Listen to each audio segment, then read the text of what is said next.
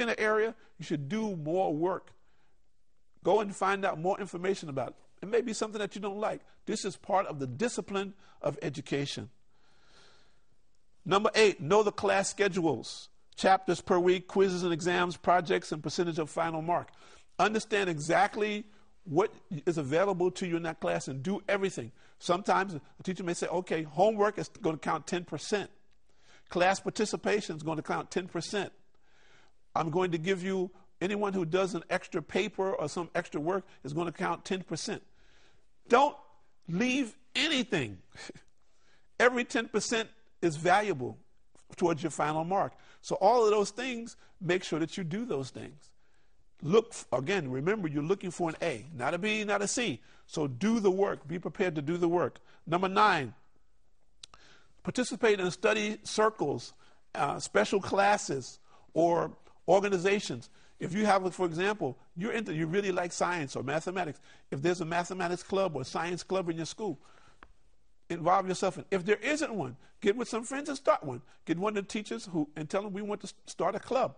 So what does this do? It helps you in that subject matter, and it helps you keep up with the latest information and helps keep you alive and active. Number 10, be aggressive. Being aggressive is the opposite of what we say here. On the other side, we say don't be lazy. So we say be aggressive. And on the other side, we go into the don'ts. So we use this first thing, don't be lazy. Be aggressive. Pursue your education as you would pursue anything that you love to do. And you will see you have a greater value for it, and it's something that you'll get a great benefit from. Don't forget to pray. Most important thing, these are don'ts we're talking about. Don't forget to pray. Pray regularly and ask Allah to help you. Ya Rabbi zidni ilmi. Oh Allah, please give me knowledge. And we were talking about beneficial knowledge, and to bless you in the knowledge that you obtain, and that knowledge, you will use that knowledge for your own benefit and for the benefit of others. This is one of the Islamic principles, is that whatever it is that we're using, that we should think about it from the perspective of the benefit of all of humanity.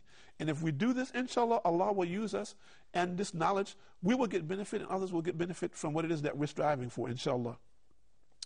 Don't conflict with the teacher. Sometimes there's a personality conflict between you and the teacher or whatever it might be. You have to submit. He's there. Remember, we said look at the teacher as the coach. Don't conflict with him. He's there to teach you. My mom used to tell me, says, he has his, you have to get yours. Remember that. Whatever it is that you want to achieve, he already has it, and you have to get it. So submit. Don't be arrogant. Don't be late for class. Always be on time, and try to best to be early and be in the front.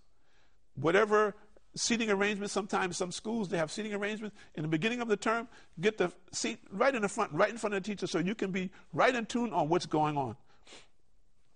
Don't be pessimistic or negative. Always think positive. Don't panic. Meaning, so I hate this subject. I know I'm not going to. Some people say in the beginning of the term, I know I'm not going to do well. Then they start doing bad. They say, oh, I know I'm going to fail this subject. Don't think negative. Be positive. Don't depend on others. Some people are dependent on their friends to get through. No, learn to rely on your own skills and ability and to develop your abilities. Don't wait for the last minute before examinations. Many people, they cram. They wait till the last minute before examinations. You have a whole schedule there because they didn't do the scheduling properly, or they didn't follow it, and they didn't manage their time. So now they wait till the end of the term, and now they're studying in the last night before the examination. They're staying up all night to study for exams because they didn't do the work properly. Don't do that. Organize your time properly throughout the school year so that you cover the subject matter. Don't hate the subject, the teacher, or the class. This will become a block for you. How are you going to do well if you hate the teacher, the subject, or the class? Don't do this.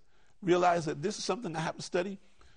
If I don't like the teacher, I don't like the class, or I don't like some of the people in the class, it's a separate issue. It has nothing to do with it.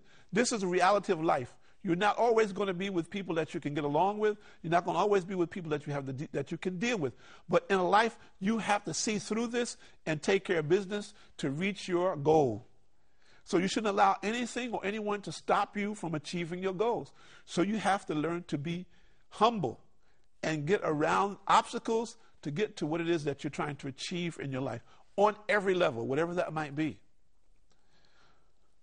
And the last, number 10, don't forget why you are there. You're a student. You're a student. Remember, you're a student. That's why you're there. You're there to learn. And don't forget that. Some young people, they think school is a place to play or a place to socialize. And some of them are dysfunctional, meaning they're disruptors. In many instances, they disrupt other young people from learning. These are young people who misunderstand what education is and don't have a value for it. So you yourself don't allow yourself to be like that or to be influenced by young people who are like that. Sometimes due to peer pressure, this becomes your crew, so to speak, and as a result, you interact with these guys, and these guys are deficient. And I've seen myself guys who are very bright, be influenced by young people who are not going to do anything with their lives. They just waste their lives. And of course, when they become adults, you see the result of what happened to them when they were young people. Of course, they didn't have the value for what it was they were learning at that time. So you don't want to be like that. You don't want to be influenced in that manner. So remember always why you are there. And remember that education is a privilege. There's a privilege. A lot of young people do not have this privilege. If Allah has blessed you and you're in an institution of higher learning or on whatever level that you might be going towards that this is a blessing from Allah subhanahu wa ta'ala. And that blessing becomes a trust. And the trust, part of that trust is for you to do the best that you can do, to be the best that you can be. And of course, ultimately, the most important thing is to be the best Muslim. And that whatever discipline that you're learning, to implement that discipline in a way that Allah would be pleased with. And any environment that you may find yourself in, that you are obeying the commandments of Allah subhanahu wa ta'ala, and you're applying whatever it is you're learning in a way that Allah would be pleased with. Very important for every young Muslim to understand that. And similarly, for any young person to understand that in relationship to how he is going to interact with all of humanity.